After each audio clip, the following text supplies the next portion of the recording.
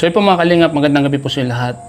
Gusto ko rin pong linawin na sa lahat ng mga manonood na papanood natin sa mga vlogs at sa mga live about doon sa issue po doon sa sasakyan ni Kalingap Eds. May mga nagsasabi na bakit daw po di nagsasalita si Kalingap Edo. Bakit daw po nanahimik sa Kalingap Edo. Para daw po matahimik na lahat. Inihintay lang po nila yung sasabihin po ni Kalingap Edo na nagpapatunay na binigyan po siya ni Tita Lydia ng pera pandagdag po dun sa sasakyan. Mga Kalingap, ako din po kasi ay bilang kasama po ni Kalingap Edo at isa po ako sa mga lagi pong nauutosan ni Tita Lydia kung may mga ipapabot po kay Kalingap Eds at kung may mga ipapabot sa ibang mga beneficiary. Isa po ako sa mga lagi pong nauutosan ni Tita Lydia bilang nauutosan ay gusto ko rin pong magsalita para matapos na po ang gulo at pagpapakalat po ng mga fake news na nababasa po ni Tita Lydia. Lalo po siyang nahihirapan tuwing may mga nababasa po siya na iba-iba. Kaya po mga Kalingap, tayo po ay magsasalita na about dito dahil hawak po natin ang resibo. Sa akin po isinid ni Tita Lydia 1,000 po na pinadala po kay Kalingap Edo. Gawa po ng iba-iba po ang kanyang nababasa at nakikita sa social media. Siya po daw ay nahihirapan. Kaya po tayo na magsasabi sa ating nalalaman mga Kalingap. Totoo po mga Kalingap na mayroon pong isinend si Tita Lydia pong pera si Tita Lydia kay Kalingap Edo. Ako na po yung magsasabi dahil ako po yung nautusan po ni Tita Lydia na magbigay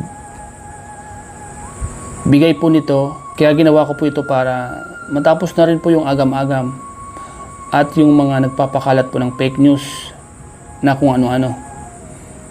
Kaya ako po ginawa ito.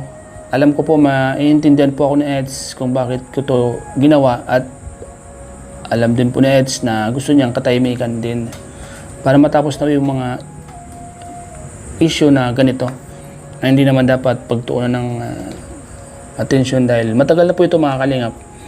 Hindi ko nga po alam kung bakit kinakalkal pa ito mga Kalingap ng mga supporters. Hindi ko alam kung anti or totoo kung sino yung mga umungkat nito mga Kalingap. Kaya ito po ang katotohanan mga Kalingap. Hawak po natin ang resibo. Ayan po yung resibo. Ayan, makikita natin. Ayan po yung nagpapatunay na totoo po yung mga sinasabi ni Tita Lydia. Kaya po natin ito ginawa para matigil na ang lumalabas na mga fake news na kung saan-saan at kung ano-ano ang sinasabi po nila. Para na rin po ito sa katahimikan po ng lahat. Abang tumatagal, lalong lumalala ang sitwasyon. Abang tumatagal, kung ano-ano ang mga inuungkat. Ito po sa mga umuungkat po, sana po tigilan nyo na po yung pag-uungkat no, sa mga issue na wala naman dapat i-issue. Kasi ito na po yung totoo. Ito na po yung gusto nyong malaman. Ito na po yung matagal nyo nang hinahanap. Ito po yung gusto nyong makita. Yung resibo na magpapatunay na nagbigay po si Tita Lydia. Kaya natin to binanggit. Kaya natin to ilinabas. Wala naman po ibang maglalabas nito kundi tayo. Kasi sa atin nga isinend. Ang sa akin lang, gusto ko lang naman matapos na ang gulo, ang issue, dahil may mga naapektuhan na. Stress na rin sa mga nababasa niya. Sana sa paglabas ng resibo na to ay tumigil na po sana. Inaasahan ko po sana na tumigil na sa mga nagpapakalat ng fake news. Na siguro isa na po ito sa matibay na dahilan para tumigil na po kayo itong resibo na to At kung hindi pa po kayo tumigil sa kakaungkat, nasa sa inyo na po yan. Basta po ako bilang isa sa mga nautusan po ni Tita Lydia na magbigay ng blessing sa ating mga kasamahan ay ibinibigay po natin sa kanila. Nasa katotohanan lang po tayo mga kalingap. Gusto lang natin sabihin ang totoo na nangyayari.